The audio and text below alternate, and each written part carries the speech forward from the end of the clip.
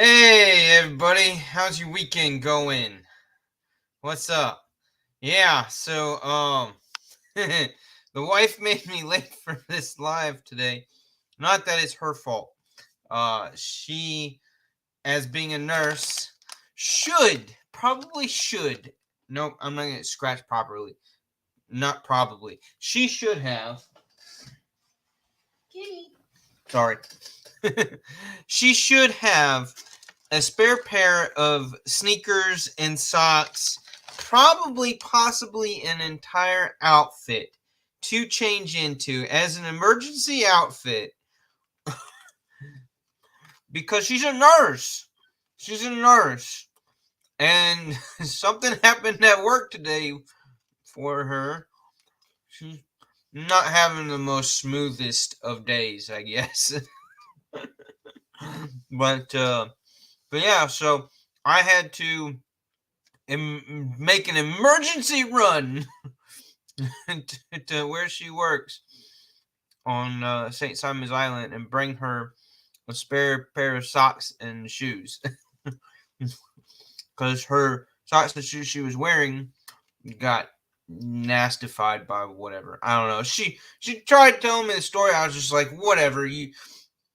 I got you. I'm gonna do it now. She's like, but you're gonna be late for. I said, if I don't go now and be just 15, 20 minutes late for my live, then you ain't gonna get your socks and shoes until almost 5 o'clock. So I was like, I'm just go. They can wait. They'll understand. They're good people. So thank you for waiting. Sorry I didn't go live at 2. Is Tri-State still going, or was Tri-State still going?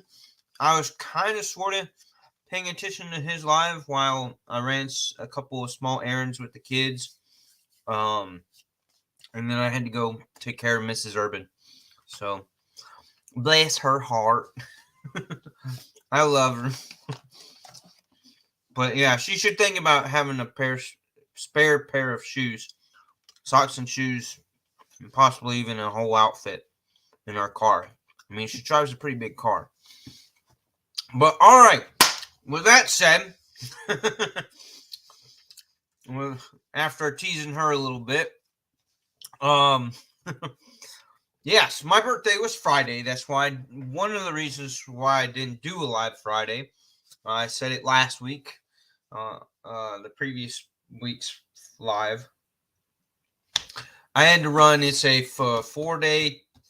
Somehow, with our school system here in our county, they squeezed and threw together a 5-day fall break for these freaking kids. So not only are they no school on Friday, Saturday, Sunday, and Monday, but my little minions get Tuesday off as well. Like, what the hell? When I was a kid, we didn't get all this freaking time off. I don't know how the heck they're still doing I think they're supposed to be doing 180 days during the school year of school, 180 days of school.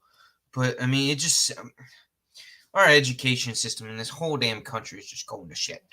But yeah, so per court order, my ex-wife, their birth mom, gets this weekend with them. So I had to run my daughter, my 12-year-old, up to the halfway point, which is about a 3-hour and 15-minute drive, to drop off with my ex-wife for the weekend, for the long weekend. I get her back tomorrow. I go pick her up tomorrow afternoon. So and I'll have her Tuesday. We'll all be back together Tuesday. And I'm off Tuesday. So I'll do something fun with her then. Do a dad-daughter duo thingy to also celebrate her birthday, because her birthday is this weekend. My family, we've got a lot of October birthdays, actually. Quite a bit of October birthdays. There's like 4 or 5 of us. But yeah, so after dropping off my daughter for my ex-wife, I had little Urban, suburban, my 6-year-old, with me, and to try to turn things around and me not be upset that my daughter doesn't get to spend her birthday with dad. She was really upset about that. She gets upset about this every year that she has to go for this weekend, but because she'd rather spend it with us, rather be with us, which touches my heart. And it's sad. She don't get a choice yet because she's only 12. But so I took Suburban with me, and we went over. It was just a hop, skip, and a jump from where the drop-off point is to Myrtle Beach, South Carolina. And so that was Friday, and my lovely wife gets a special discount, which I am not really allowed to disclose. But anyways, we stayed at a fairly nice hotel at like 60% off the hotel room rate. So that was freaking awesome. So we stayed Friday night in a hotel. We went to one of my top three favorite places to eat burgers at. And that would be the franchise called Red Robin. Yum! If you haven't eaten at a Red Robin, they got a solid menu of burgers, lots of different burgers, and their ticket is endless fries. So as many fries as you want, and bottomless root beer floats with Barq's root beer. So Barq's root beer floats, bottomless, endless, as many as you want, as many refills as you want. I think it's up to like 4. And then endless fries. So typically I like to eat just half of my burger and save the other half for lunch the next day. And so then I enjoy half a burger and 2, 3, 5,000 plates of fries. Way too many French fries. I've cut back. I've needed to cut back as I'm getting older. Less and less French fries. But I still enjoy that place. So we had dinner there, and my parents called and my brother called to wish me a happy birthday while we were at dinner Friday night.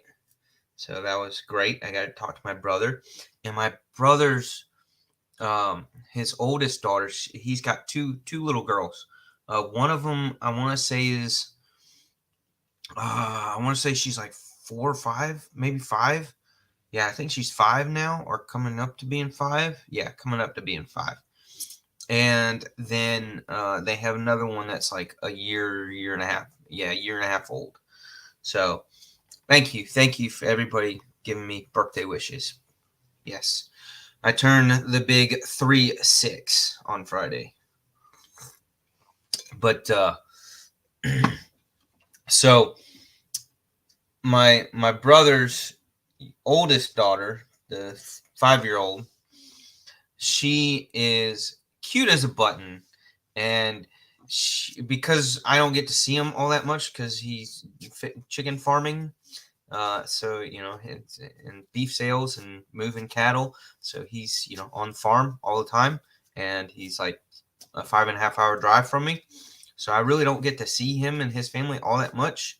Hopefully in the handful of years when we are able to get the hell out of Brunswick, Georgia, and move up to the North Georgia mountains, that distance will easily be cut in half, if not even less than that. I'd love to be less than 2 hours from him, and less than 3 hours from my parents, because I would like to be a good bit closer to my more immediate family. So one day, hopefully soon, I'd love to play a bigger part in being an uncle to those cute little girls. But they are sweet as a button. But they are kind of shy around me because they don't really know me that well. and you know, sometimes, you know, little girls are a little more uneasy about, you know, facial hair and cowboy hats and that kind of a thing. So I don't know. I don't know. But she was really sweet. They asked her to come wish me a happy birthday, and her adorable little voice, you know, those little 4 or 5 year old girls with those little sweet voices, those sweet innocent voices, they just melt your heart, right? Yeah, they just hit you good. So cute. So cute. Um so yeah, it was great in that respect that I was able to turn around my day, my birthday of having to go to work in the morning and then making this drive to drop off my daughter to somebody she doesn't really didn't want to spend her weekend with, you know, being a kind of a downer way to do most of your birthday. I was able to turn it around and have some positives. And so with Suburban with me, who's out there playing on the video game system with my older son, um, he went. I had him with me, and so we stayed at the hotel. And we went to before we went to the hotel after dinner. We went to a knife shop, Smoky Mountain Blade Works. So not Smoky Mountain Knives, which is in Sayreville, Tennessee, but Smoky Mountain Blade Works, which is there in Myrtle Beach, South Carolina. And it's a small shop. It's not very big. And I would say about half of the shop was katanas and you know, those kind of anime type, cartoon based type paraphernalia, sword wise, and Japanese stuff. And then I would say another third of the shop was they had a lot of handmade Damascus steeled fixed blades. Lots of fixed blades. Anything from little guys, you know, to, you know, shoot. They had a whole case filled with knives. And it made me think of Javon, because you know how Javon loves this little tiny small fixed blades. But they had a whole case of fixed blades that were, you know, itty bitty, itty bitty. You know, for me, like 2 to 3 finger with handles with, you know, little 1 inch, 1.5, 2 inch blades. So yeah, it made me think of Javon when I saw all these little small, little tiny fixed blades in this case. I was like, this would be Javon's case. Yeah. So that was cool. It's great when, you know, when you're out and about and you're looking at stuff and it makes you think of people you know in the community that would be like, I know that dude would love that. We went into a t-shirt shop that had all different sayings on t-shirts, and if you saw the little bit that I posted on Instagram here and there over the weekend, you know what I'm talking about already. But there were some shirts that had some things on it that I was like, that's Mattisfaction. And then there was one that I was like, that is totally Stevie. So it's cool. It's really cool. I get excited when I think about all you fellas, all you guys, and what I know of y'all's personalities, and those of y'all that I've been fortunate enough to meet and spend some time with. But yeah, you find little stuff, and that's always fun. It's like y'all are just one big extended family, and I love it. And that really, I got constantly reminded of it between the knife shop and t-shirt shop and some other places that we went to. They had there was a bike week event going on down at the beach boardwalk there in Myrtle Beach just this past week. So I think it was like Wednesday, Thursday, Friday, Saturday, or whatever was the bulk of it. And so Saturday, we spent the whole day in Myrtle Beach on Saturday, and me and my youngest was Suburban. suburban. And so there were bikes freaking everywhere in the hotel that we stayed at. There was a good handful of gentlemen staying there. It was, the event was based out of the Harley dealership that's there. So naturally there were a shit ton of Harley Davidsons. So many Harley Davidsons. And if you're a motorcycle rider, you know the type of people, good people, but they're type of people that ride Harleys. So is it's something. And South Carolina is a no helmet lawed state, so they don't have to. I need a haircut again already, but they don't. You don't have to wear a helmet. I'm being in Georgia, we require a helmet. And if I want to say Florida has some funny laws where while you're basically a new rider, like for the first X amount of time, X number of months or whatever, you have to wear a helmet, but then after a certain time, you don't have to. Thank you for the birthday wishes. But yeah, so while we were up there, more than 70, probably closer to 80% of the motorcyclists up there not wearing a helmet. And I do crazy shit. If y'all know me, I do crazy shit all the time. But as much extreme activities and hardcore stuff that I do from time to time, I may appear a little unsafe while I'm doing it, but no, safety is definitely a hard, headstrong thought before I do anything that I do. I accept risks to certain extents, but always have safety practice in mind while I'm doing the nonsense that I do. Might not seem that way, but it is. No. So I personally cannot see myself. You will not catch me riding my motorcycle outside of my neighborhood without a helmet. No matter where I live, no matter what the laws are. If I'm going more than 15, 20 miles an hour on a bike, I'm wearing a damn helmet. That's to me, that's just being smart.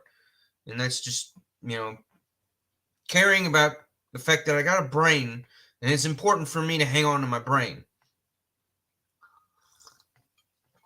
Yes, honey. The answer to your question there is yes. 12 or 12:30, somewhere around there.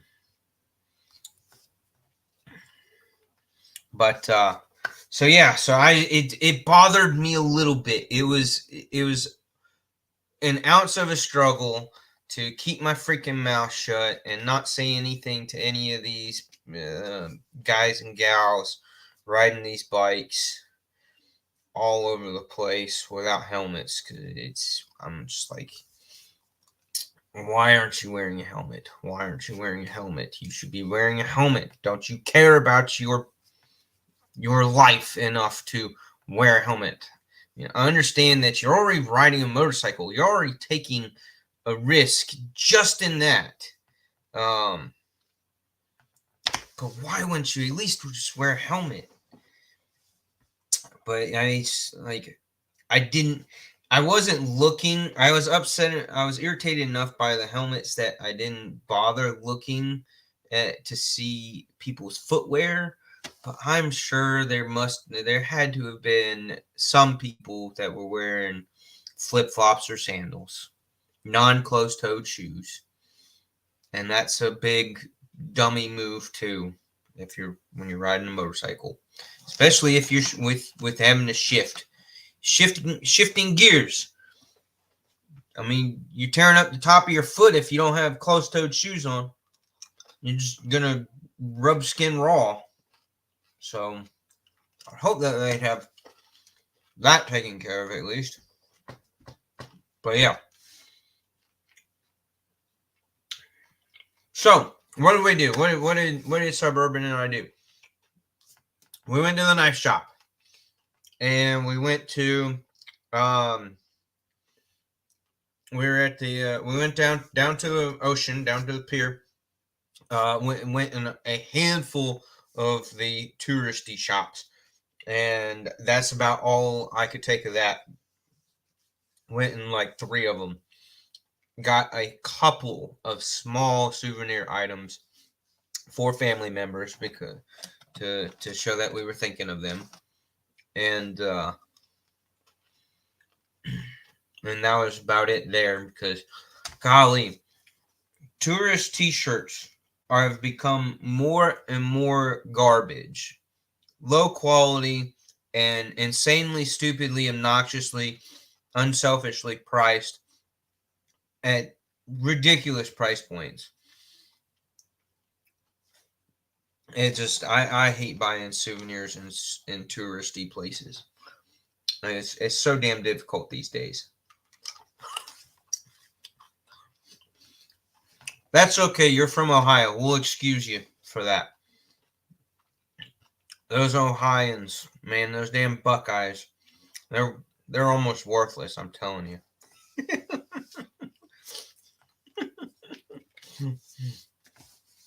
But we had a beautiful weekend. The weather was nice. It was super low 70s. And yeah, ate breakfast at the hotel. Hotel had a decent breakfast. I made you know, I'm just messing around, right? I hope you do. My dad grew up in Ohio. He was never a Buckeyes fan, but he did grow up in Ohio.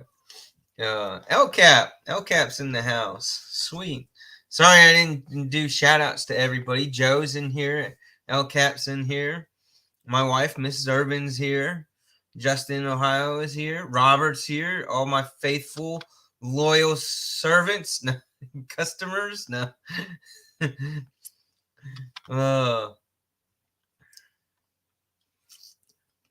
Mr. Hinder Collector was here. Yeah, he's here listening. But yeah. So the big things that we did, the really cool stuff that we did, and again, if you see my post on Instagram, you know what it is already. But we went putt-putt. We went Myrtle Beach has like a dozen putt-putt mini golf places that are very, very well done. Very well done. And you almost can't go wrong picking any one of them. It was kind of overwhelming to look at the list and to drive down the 17 there, the same road that like every single one of them are on.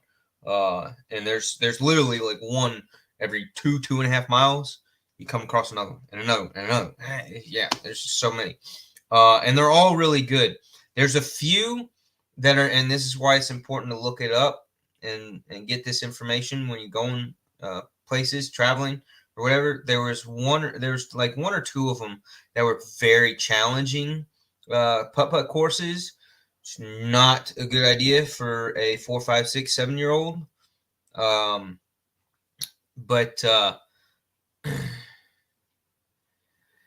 But then the rest of them are pretty good, and the one that we went to was very, very age appropriate in difficulty skill level.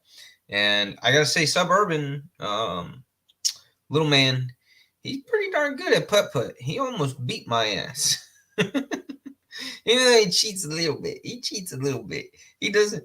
His short game sucks. He's good from the starting point and getting really close to the hole. But then when he's got about that far to go, he can't make it in one shot. He's got to do he likes to do like this little guided thing where he just like sweeps it in like it's a broom. He just sweeps it in. And he does it like so nonchalantly. And I'm just like, what? It's like, you can't do that. And he's like, yes, I can. So he was hilarious. He's a fun guy to go putt golfing with my little suburban. He's such a good kid. He really made it a blast of a weekend for me with how much fun he had doing all that stuff. But so we went putt putting at the one that has all the airplanes crashing and the helicopter and the little waterfalls everywhere, and you have bridges that you cross in, and you're skipping it over the little rivers, imitated rivers and stuff. And yeah, so it was cool. It's fun. It's 18 holes, and they're not too terribly priced. I think we paid $26, and there was technically two courses, two 18-hole courses, and we kind of did like 3/4 of one, and then skipped, hopped, and jumped over and did about 3/4 of the other one. So we totally killed like an hour and 25 minutes playing putt. He just, like, by the time we got to the last hole that we were in the path that we chose, he was just like, I'm done, I don't care anymore. I was like, okay. So yeah, we played putt for quite a while. We've seen a lot of little miniature golf courses. But so yeah, so he had a blast with that, and then we went down to the waterfront and did the he had fed the fish with at one of the areas that we were at. They sold in little snack machine type vending machines these little cups of fish food so that you could feed the fish. And and so he had his cup, and golly, that thing was packed. That it was like halfway between a lake and a pond. They actually had these little small speedboats out in the middle of this thing. I guess we'll just call it a tiny lake. And so they had like 3 of these speedboats, and you could, whatever it cost to ride it. But they would take the speedboats, and they had a couple of buoys floating out in the one in each end, and the driver would take you around. And it was like riding a race car on a racetrack. You just do wipeouts and configure 8s and double 360s or whatever. Yeah, and just totally do one hell of a wild ride for all of about 7 or 8 minutes. So I don't know how much that cost, but you only got about 7 or 8 minutes of riding on the speedboat. But anyways, in that little tiny lake, there were a crap ton of fish, and they were huge. You could tell that these things were way overfed. But Riley little man would throw a handful of the fish food into it, and as soon as that shit hit the water, there's like 80 plus fish, and they were all flopping on top of each other and all over each other and fighting, their mouths going like this. It's crazy how many fish there were, and how viciously they were flopping around. Yeah. So so he had a good time feeding the fish. And so that was at the same spot, the same area. I think it was like what was the name of that place, Riley? It was Boardwalk by the Beach or something. I forget where it was exactly. It's like right by your hotel. Yeah, it wasn't far from our hotel. It was about 10-15 minutes from our hotel. But I don't know what ocean. Well, come here. Why don't you tell them about the place that we had dinner at? Red Robin? No, not Red Robin's. Red Robin. Yeah, what was the other place that we ate at? Come here, come sit here. I forgot. You forgot? Yeah. Look at this cup. What is it? Will that cup remind you? Oh yeah. Medieval times. Oh yeah. So we won. So we went to there at Myrtle Beach, and they got one in Atlanta, Georgia, and they got one in Orlando, and like 2 other locations in some other states. But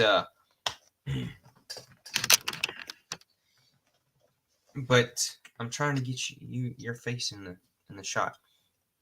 But we went, so it's a dinner and a show type deal. If you've never been to one or never heard about one, you get a performance.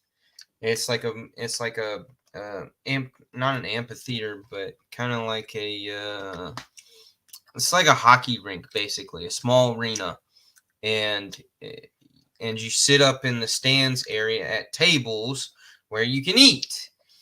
And so they feed you a nice meal, and while you eat your meal, 4-course meal, we had soup, and then like half of a damn chicken got dumped onto our plates, right? It's a big chicken. Yeah. And then a roll, and we had corn on the cob, and what was the other side? Oh yeah, baked potato. Yeah. A baked potato, and then then we had some kind of a chocolate and white cream filled pastry thing. It's kind of sort of like a cream horn with just a chunk of chocolate thrown on the top of it. They said it was a baby egg. Yeah, they said it was not a dinosaur, a dragon's egg. Yeah. Yeah, they had names. They had names all based off of dragons, medieval times. For all the food items, they called it something else, and that totally threw him off. He was like, "What? That's not what it is." Nope. He was not buying it. He wasn't buying it at all, were you? No. But so they divide. It's the medieval times one. So we've been to the one up in Pigeon Forge, Tennessee, where they did pirates. Yeah. Where they had pirate ships and did walk the plank, and so they had people diving in the water and all that kind of stuff. But I didn't go to it. So yeah, we went to that one up in Pigeon Forge like 2 years ago. Yeah. I was a baby. Well, you were 2 years younger. You were 4, so you were little. Oh. Anyways, so this one's medieval times. So it's your knights in shining armor, kings and queens, and quit eating all my candy, fool. Get out of here. Get out of here. Get out of here. You got your own candy. Where's your candy? Gone already? Ate all your Skittles? Yeah. You Skittle head. So we had the knights fought. They competed, sword fights. They did the jousting, and all that other stuff. No touching. I'm gonna get to that. You're not gonna hang out with me anymore? Go back to your game? Okay. All right. Bye. Bye. So we had a really, really good time doing that. He was all into it. They divide the stands out, and they had like 6 knights. So 6 knights representing 6 houses, and so your house was your section of the stands, and so you had one knight that you're supposed to cheer on for, and sure enough, the one that ended up being our knight for where we were sitting, the table we were sitting at, was the one that ended up winning the whole tournament, the whole thing. So that was kind of cool. That worked out because Suburban had never been to one of those before. He had been to the pirate one, but again, he was like 4, so he doesn't remember. You'd have to show him some pictures or videos and be like, "Oh yeah, I was there." But that's how he would. The only way he'd remember it. I believe now that he's a solid 6.5 years old, that he will have a much better chance of remembering more of this event when he's older. So that was that. And then once that was done, we went home. And it was like a 4.5, almost 5-hour drive home. So a long drive home. We didn't get home. I wasn't in bed until after midnight. But yeah. It was a long day, but I had a lot of fun, and my little one had a lot of fun, and it made for a great birthday celebration. And I couldn't have asked for a better kid to do it with. My oldest didn't want to go. He wanted to stay home. He didn't feel like going. Felt like the whole night's dinner thing was a little too kiddie for him.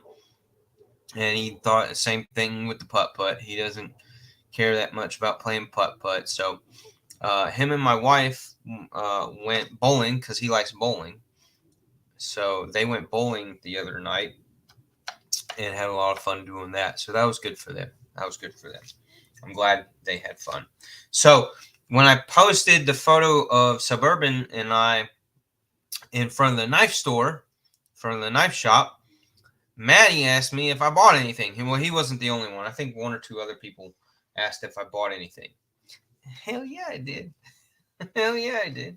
And I didn't get it. I didn't just get a knife. I didn't get a folder. I got a fucking sword, man. I got a sword, a Viking sword, and it is a Viking sword. If you don't know, this design, that is Viking symbolism. That is what a Viking sword looks like. That's and the shape of the sword, and it's a long one. And hell, I didn't even measure this one. It's at least a 3-foot blade. It's at least a 36-inch blade. It is a long ass blade, and typically, historically, Viking swords and medieval time swords, not so much medieval times, but Viking era and previous of Viking era, your ancient Romans and your ancient Greeks, a lot of those societies, and instantly, Mrs. Urban, who I didn't tell anything about this to yet, she wants to know where I'm gonna put that. It's gonna go above our bed, so if you bump your head, it'll fall off the wall, and it's Russian roulette. No, I'm just kidding. That would be a no-go. But as I was saying, historically, they typically do not. Yes, I do. I would love my own knife room. But typically, the handle section of these swords are not this long. They're usually like today's standards. Anybody who wears a large glove would barely, the pommel here, the base of the handle would be scrunching the hell out of my hand, because back then most humans in those time periods were not as big as we are today. Much smaller people. Despite what Hollywood makes Vikings appear to be, these big, huge, strong, burly men, 300 plus pounded men that stand well over 6 feet tall and have hands and arms the size of, massive gorillas. No, that's really historically not the way the vast majority of humanoids were built. They were not that big. They were like tri-state size and Javon size. That's what most of them were. So they did not have large handles like this, because they don't, when you're fighting with a sword in combat, you want that handle to be in your hand, your single hand on that handle, and they would, and then they would grip like this with both hands. You don't want all this empty space. You want that to be tight as can be, so that sword functions as an extension of your body, as fixed and solid in your grasp, to where you're far less likely to lose it in combat. You don't have all this room for play. You wouldn't do that. You wouldn't want that. in combat, in fighting. So, and then of course they have the base here.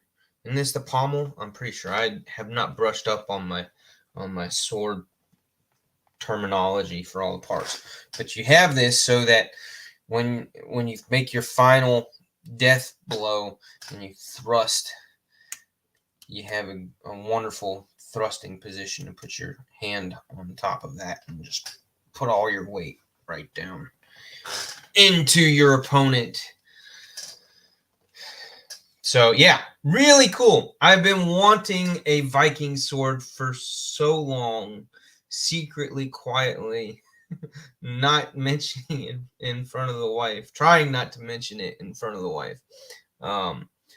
So yeah, it's not, obviously I'm going to do something different for this handle.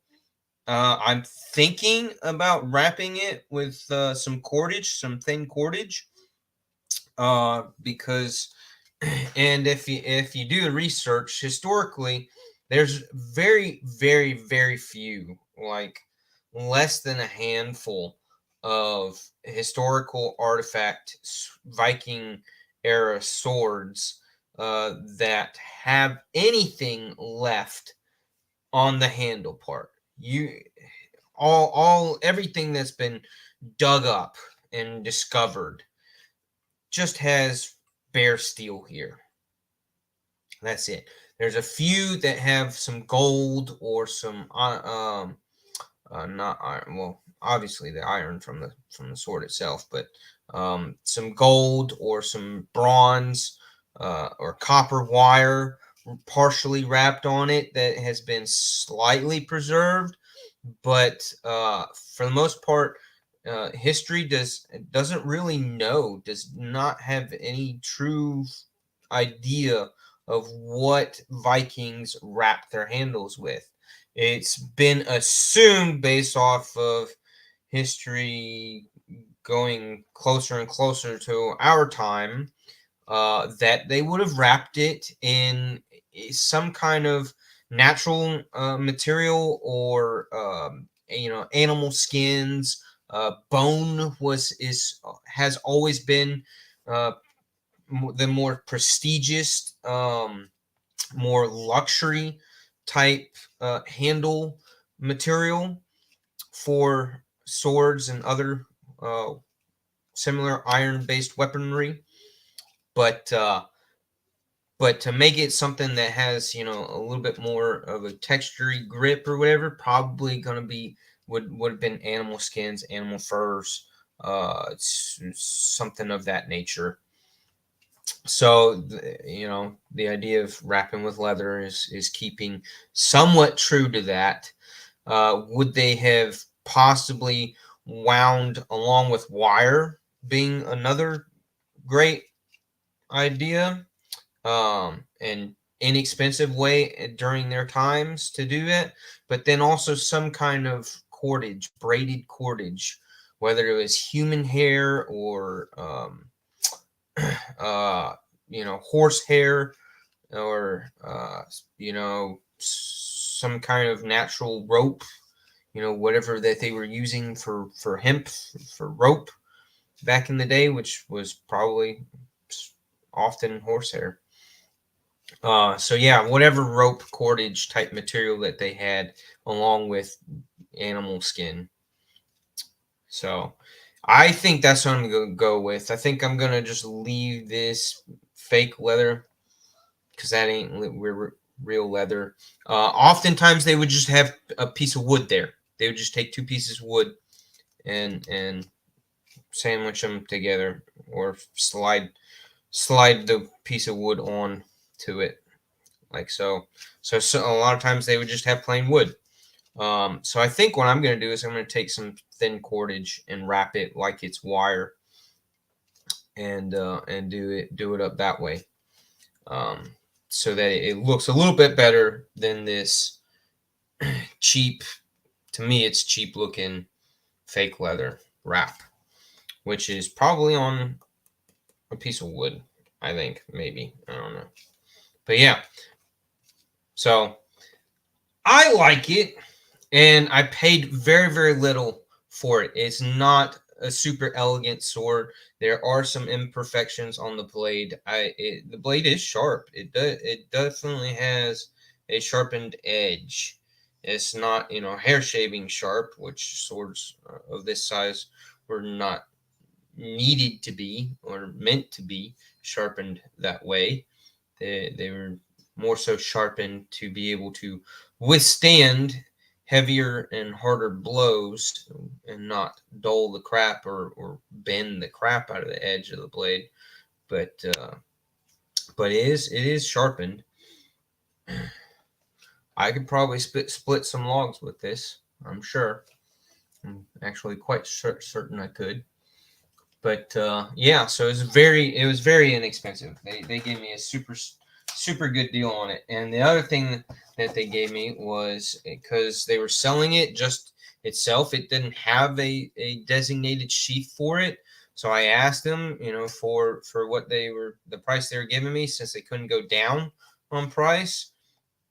I asked them, well, could you throw in just a basic sheath so that, bringing it home, it's in a sheath, it's protected, and I'm not worried about it, sliding around in the trunk of my car, poking holes and shit and cutting shit up. So they had a bucket of just generic misplaced sheaths that didn't belong to any particular knives or swords. So I pulled out, together, him, me, and another employee, and Suburban, we were all in this bucket of sword sheaths, looking for something that this sucker would fit in. And we collectively came across this one, which it goes in just fine. Has a single dingy strap here. But it fits in it well, size-wise, but length-wise, it is too long. The blade ends right here. Right here is where I'm pinching the tip of the blade. So the blade ends right here. So I still got like another 7 or 8 inches. Yeah, that's about the size of my dick right there. Yeah, so about 7.5 to 8 inches left of leather here. So what am I going to do? And it's the way it's shaped, it's plenty long, it's plenty wide enough that if I take off about 6 or 7 inches from up here, which I would only be able to go to, about half an inch above where this loop is. So if I take off, and that's about 6.5 to 7 inches there. So if I cut it right there, I'd have to undo the stitching from here first and then cut it, and that way I have enough stitching to close off the ends, to loop around the ends once I cut it. But yeah, so if I do that, that will make it more, and then hopefully I'll only have maybe an inch or so, inch to 2 inches left, which is fine, which is actually kind of what you want your sword sheath to be. You don't want the tip of the blade to go all the way to the very bottom of the leather. You want just a little bit of space, and the bigger the blade, the bigger the sword. Slightly more space is actually better. So yeah, so I'll be able to do that. I'll be able to modify that sheath so it fits. And this is actually good quality leather for this sheath. So yeah. So I feel like I got a really stellar deal for getting that quality leather for the sheath. And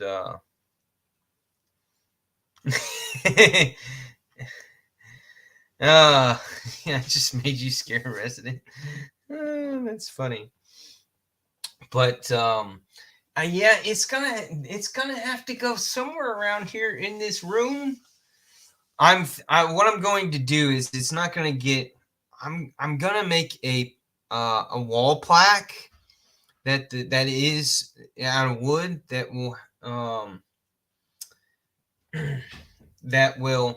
hold the knife or hold the sword up there, and then the wood of the plaque will actually follow down the length of the sword, the length of the blade, and then I'm going to put plexiglass, like a cover, like a clear cover, over the blade part, so that way wherever I put it, there's no chance of you bumping it and the sword falling off and hurting anybody or damaging anything, cutting anything. It'll be totally encased and safe, but still give a nice presentation. Still be able to see all of the steel of it, and yeah. So that's the plan. Once I make that, then I'll have to figure out where on the wall it's gonna go. but yeah, it's gonna have to go on the wall somewhere. Because it looks too cool to not put it up on the wall, not to have it out where I can see it, right?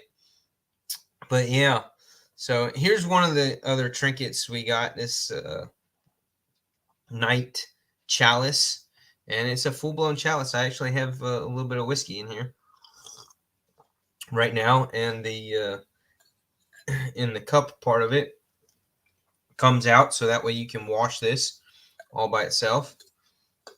And it's nice. It's a nice little chalice that you can functionally drink out of. Has anybody seen these guys? These M&Ms that are, I like the caramel ones, but this is caramel cold brew. I don't know if this is seasonal or what, but these M&Ms are caramel coffee flavored. So they have the caramel, but then they also have the coffee taste to them. And they are freaking delicious.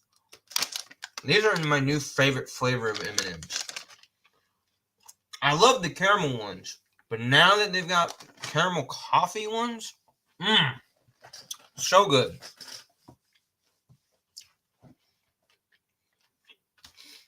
But all right. So that'll answer Maddie's question, and I will take pictures of the sword. I will get more stuff done with the sword sooner or later with all the other projects I got going on. I still have about a third of my Halloween decorations to put up. Yes, those are the cold brew ones. And they are so good. Really yummy M&Ms. But yeah, so I've still got a little bit of Halloween decorations to put up. I've still got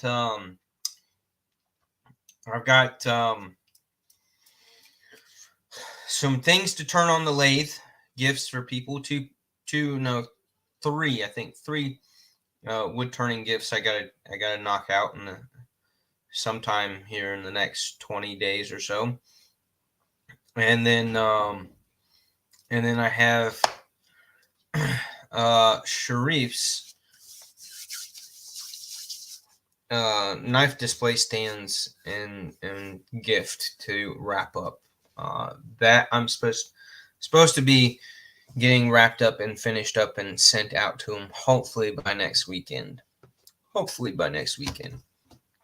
So, because I'm long overdue on getting that to him.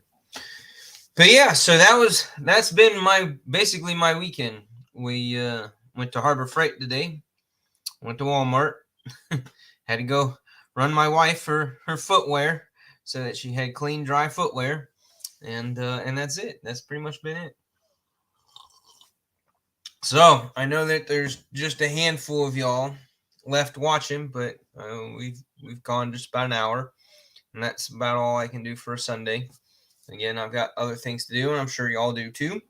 And if you already spent at least 2 hours watching Tri-State, then you probably should be done for the day. I do know just about 15-20 minutes ago, Zach started his live. So Zach Stuff, Mr. Benchmade Lover himself. So if you aren't done, don't have anything to do, pop over to his live, see what he's talking about today. And I will see y'all later in the chats and other lives throughout the week.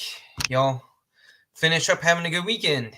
Thanks for watching, and peace.